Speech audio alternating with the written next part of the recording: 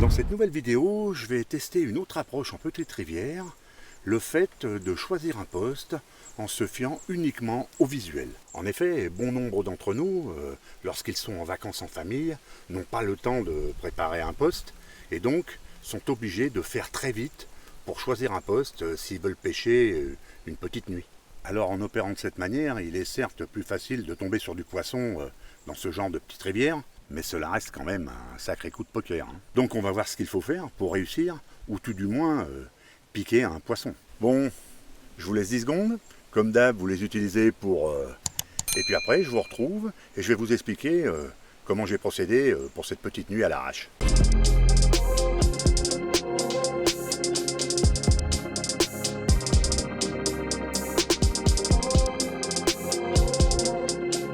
Bonjour, c'est Hubert, j'espère que vous allez bien. Alors cette fois-ci, on se retrouve toujours sur la drone, mais sur le second parcours de pêche de nuit, qui est aussi magnifique que le premier. Je suis environ à 2 km de ma précédente pêche, mais cette fois-ci sur la rive d'en face. Donc, pour cette fois, la rive la plus profonde, c'est la rive opposée. On va voir ce que ça donne. Bon bah là, j'avais pas prévu de faire comme ça, mais là j'ai été obligé de me remettre dans la voiture. Je viens de prendre un orage sur la gueule. Alors vous voyez, j'ai le brolier qui est monté. J'ai les cannes qui sont posées au bord là, ici là. Mais elles sont encore pas dans l'eau. Parce que j'ai pas sondé. Et puis c'est qu'il en est tombé une radée, un truc de dingue. Donc comme j'ai pas fini de monter et que j'ai pas le bécher, j'ai rien dans le brolier encore, et ben voilà. Je suis contraint de vous faire un petit topo de la voiture. J'avais pas prévu ça. Mais bon. Ah, c'est beau, juillet en Dordogne. Ouais, ouais. Je sais pas qui c'est qui me l'a vendu, là. J'ai du mal lire le contrat. Il devait y avoir une clause. Enfin bon, on va quand même essayer de faire avec. Ouais, ouais, parce que là, j'ai pas le choix de toute manière. Bon. Alors, cette fois-ci, l'approche, elle va être un peu différente pour ce qui est de la pêche, parce que j'ai rien préparé. Mais alors, rien du tout. Donc je vais pas vous le cacher.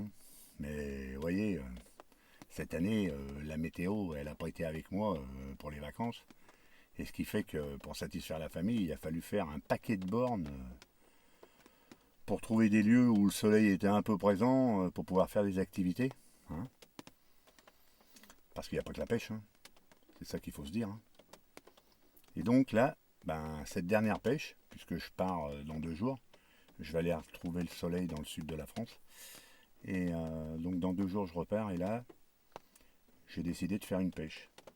Bon, obligé de faire aussi avec la météo et avec la pluie, parce que j'avais pas le choix, sinon je faisais rien. Donc on va faire au feeling. J'ai choisi un poste, simplement visuellement. Je vous expliquerai tout à l'heure s'il fait un peu meilleur comment j'ai fait. Alors encore une fois, et comme c'est la dernière, je vais certainement pêcher à 4 cannes.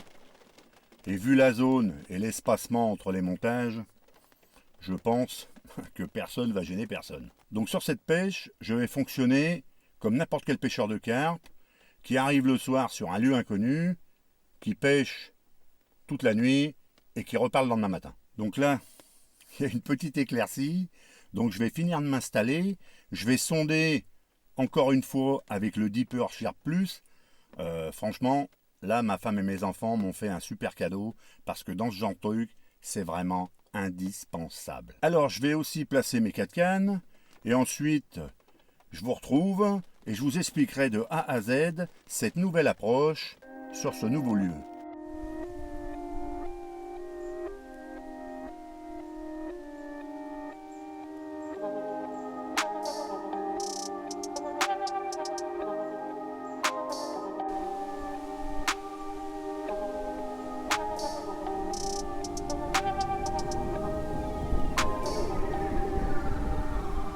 Voilà, normalement, j'ai pas vu grand monde.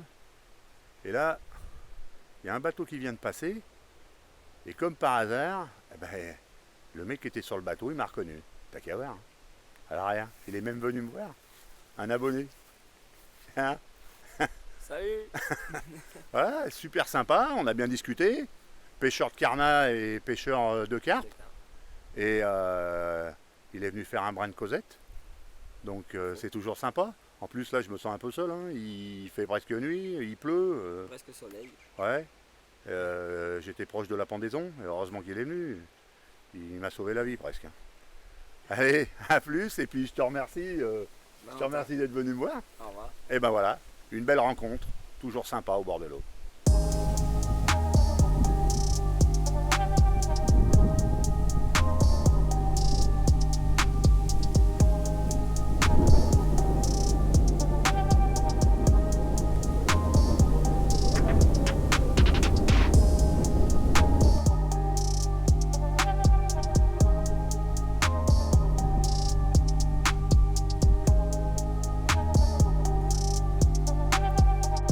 Alors, l'approche est différente de la dernière fois, parce que la dernière fois, j'avais sondé plusieurs postes, et au final, j'avais choisi celui qui me paraissait le meilleur pour y pêcher.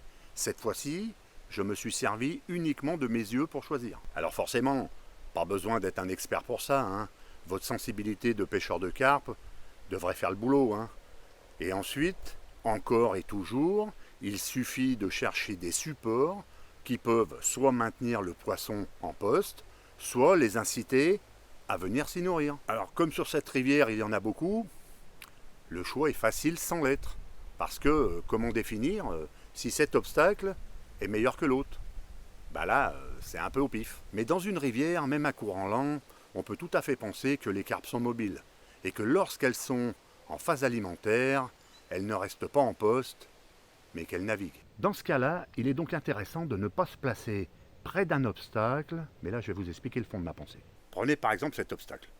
Rien ne peut définir s'il est meilleur que celui situé plus haut. Sauf bien sûr si une carpe montre un signe extérieur en faisant un saut, marsouinage, ou s'il y a des fouilles. Mais là, rien ne peut me le dire, et perso, j'en sais rien. Et comme je n'en sais rien, eh ben, je vais choisir l'obstacle le plus près de mon poste, et je vais choisir un spot un peu plus en amont, qui va servir de liaison entre cet obstacle et celui situé plus haut, pour que dans le cas où des carpes sont en maraude entre les deux obstacles, eh bien je puisse les intercepter. Et là j'ai donc choisi le petit renfoncement qui se trouve dans la berge ici, qui va faire office de spot pour un de mes montages. Idem pour cette plaque de nénuphar. Comme il n'y a rien en aval, eh bien je vais faire la liaison entre cette plaque de nénuphar et l'obstacle, l'arbre noir situé plus haut. Et je vais donc placer mon montage en amont des nénuphars. Alors vous vous demandez certainement pourquoi je place toujours mon montage en amont des obstacles. Eh bien c'est tout simplement pour des questions de confort, d'habitude et d'opportunisme. Les carpes de rivière ont très souvent le nez dans le courant pour se maintenir en statique tout en consommant très peu d'énergie et en ayant l'œil sur les insectes et les aliments qui dériveraient au gré de l'eau. Donc le placement de votre montage en amont d'un obstacle permet toujours de mettre votre appât dans leur ligne de vue dans le cas où elle serait postée sous cet obstacle. Pour les deux montages sur ma berge, je vais suivre le même schéma tactique qui me réussit assez, c'est-à-dire d'encadrer mon poste. Un montage en amont et un montage en aval, toujours le plus près possible de la berge, si la configuration des berges me le permet bien sûr.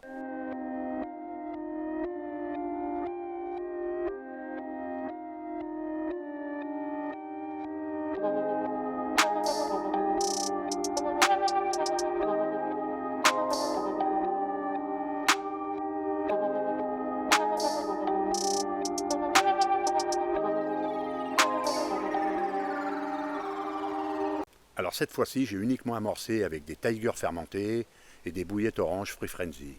Pas de maïs, pas de baby-corn, j'ai fait au plus simple. Certes, c'est pas tout à fait dans mes habitudes, mais là, je vais essayer de déclencher des touches assez rapidement. Donc j'utilise des bouillettes au parfum puissant et diffusant très bien dans l'eau chaude. Et ça va peut-être m'aider à réussir cette pêche plus que rapide. Et comme en plus, mes tigers fermentés puent l'alcool à 10 mètres, ça devrait bien se passer. Alors là, cette approche, je ne sais pas trop si ça fonctionne ici. Bon, je suis confiant dans les appâts, hein, ça va le faire. Hein, ils ont fait leur preuve depuis de nombreuses années. Par contre, il est vrai que sur ce parcours et sur le parcours du dessus, les carpes ne montrent aucun signe extérieur de présence. En fait, on ne sait pas s'il y en a jusqu'au run. Bon allez, je vais manger un petit bout, hein. Je me suis amené un petit sandwich avec une petite DSP. Et puis après, eh ben on va attendre les runs. Hein. Bon bah voilà, je viens de manger, 21h30, Écosse. Alors le petit renfoncement dans la berge, hein, entre les deux obstacles, bah, je peux vous dire qu'elle s'y passe, hein, la preuve. Hein. Donc comme la dernière fois, premier départ, perdu. Alors là, je l'ai vue, elle est allée se mettre dans la branche qui est en face de moi, et elle a frappé en surface. Bah, elle n'était pas très grosse, hein, mais bon, elle a été d'une rapidité la gamine. Donc là, je vais refaire un montage et puis eh ben, je vais remettre ça à l'eau. Hein. Allez, à tout à l'heure, en espérant vous montrer un petit fiche parce que à chaque fois ça démarre un peu mal ici. Hein. Bon, ça va, je me rattrape après. Hein. Mais bon. Ouh là là, il faut que je change la tête de ligne aussi parce qu'elle n'est pas en forme. Bon, eh bien allez, à plus.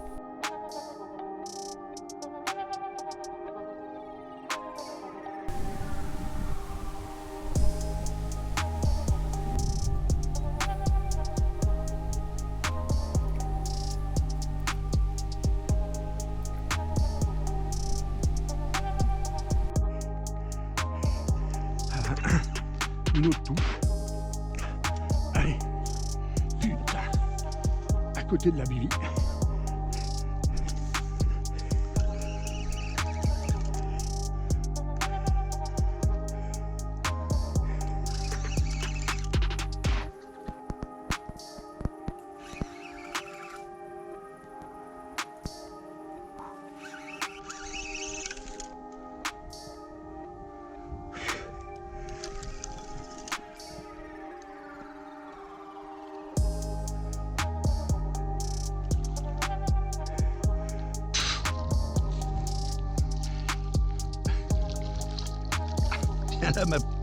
Viens là ma poulette.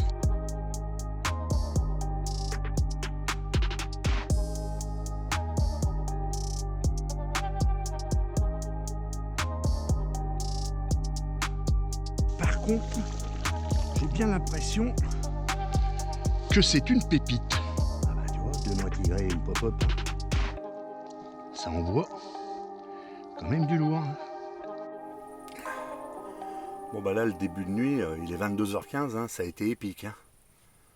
J'ai un départ sur la berge d'en face, donc dans la fameuse trouée de la berge entre les deux obstacles. Hein.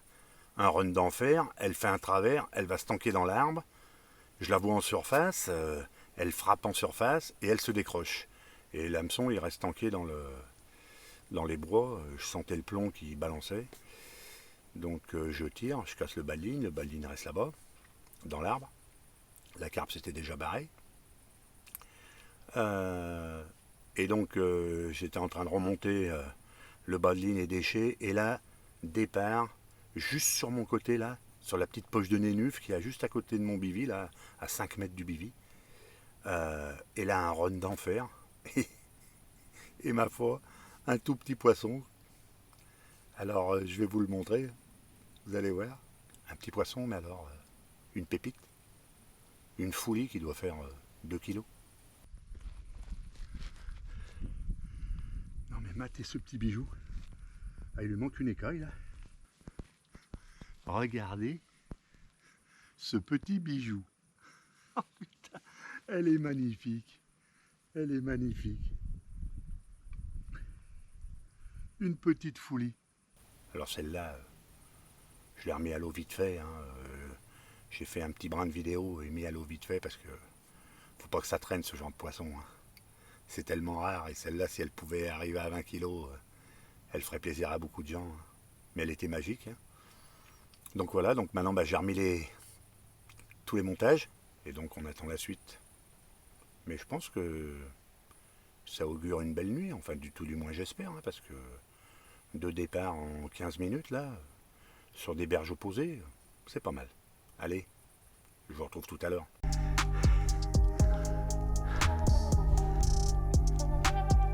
Et voilà. Une petite torpille de la drone. Ah, c'est des petits poissons, mais alors, ils font des départs malades. Un truc de fou. Ouh, je suis super content. Yep.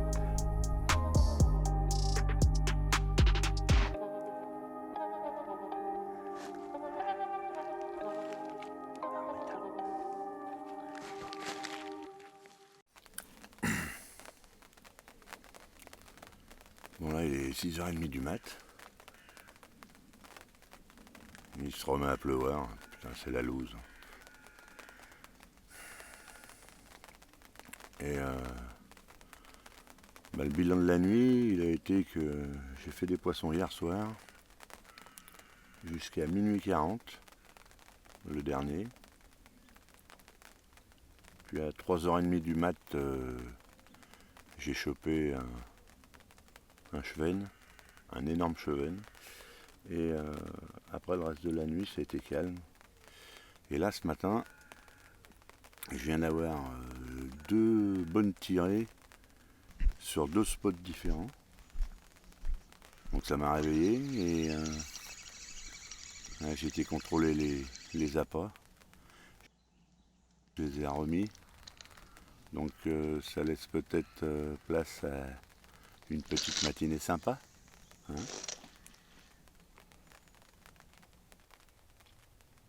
Donc on espère là, pour finir, en attendant que la pluie s'arrête et puis après on va plier. Mais je pense que je vais toucher un poisson là. Ah oui, puis je vous ai pas dit, cette nuit à 3h du matin, juste avant le Chevenne, j'entends des cris de ragondins là. Et vois-tu pas que les mecs, ils ont décidé de venir se fighter juste derrière la tente, à 2 mètres de la tente. Putain, ils étaient vénères les mecs. Hein. Ah, ils m'ont fait flipper, hein. J'avais pas trop envie de me faire mordre par 2 bestioles pareilles. Hein. Puis surtout que si jamais, à un moment donné, ils se disent allez viens, on arrête de se fighter et on s'en prend au gros là. Il était pas fier le hub, hein, je te le dis tout de suite. Hein.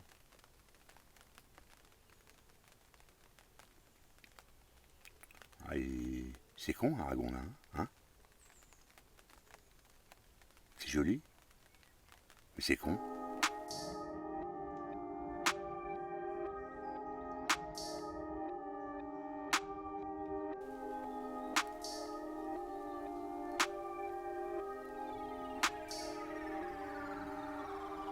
Mais je pense que je vais toucher un poisson là.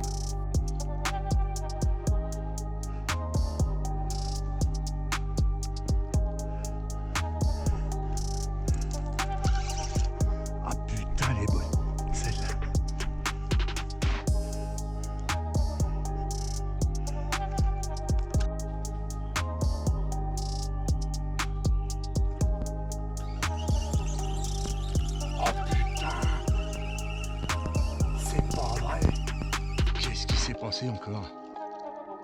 Ah bah voilà. Voilà.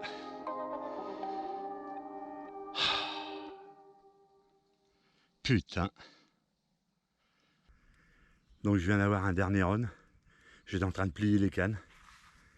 Donc vous voyez qu'il faut rester jusqu'au dernier moment. Il faut y croire.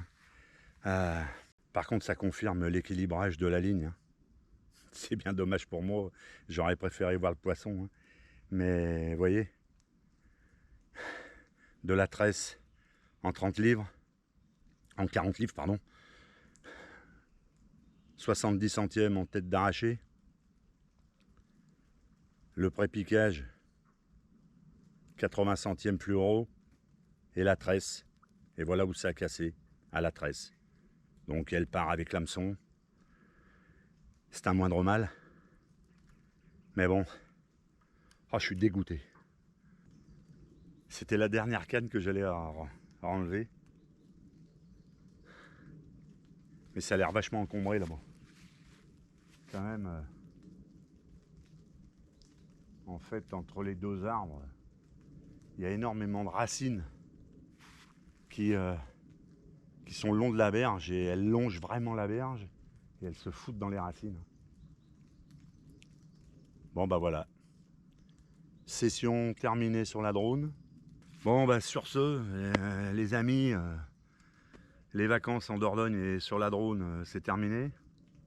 C'était la deuxième vidéo que j'ai fait sur ces jolis parcours de pêche de nuit. Franchement, si vous passez par là, venez les visiter parce que ils sont terribles. Et vous voyez qu'il y a du poisson, quoi. Il y a de quoi s'amuser. On peut vraiment se faire plaisir. Et puis ma foi, ce que je peux vous dire, eh ben, c'est à très bientôt. Et gardez la pêche.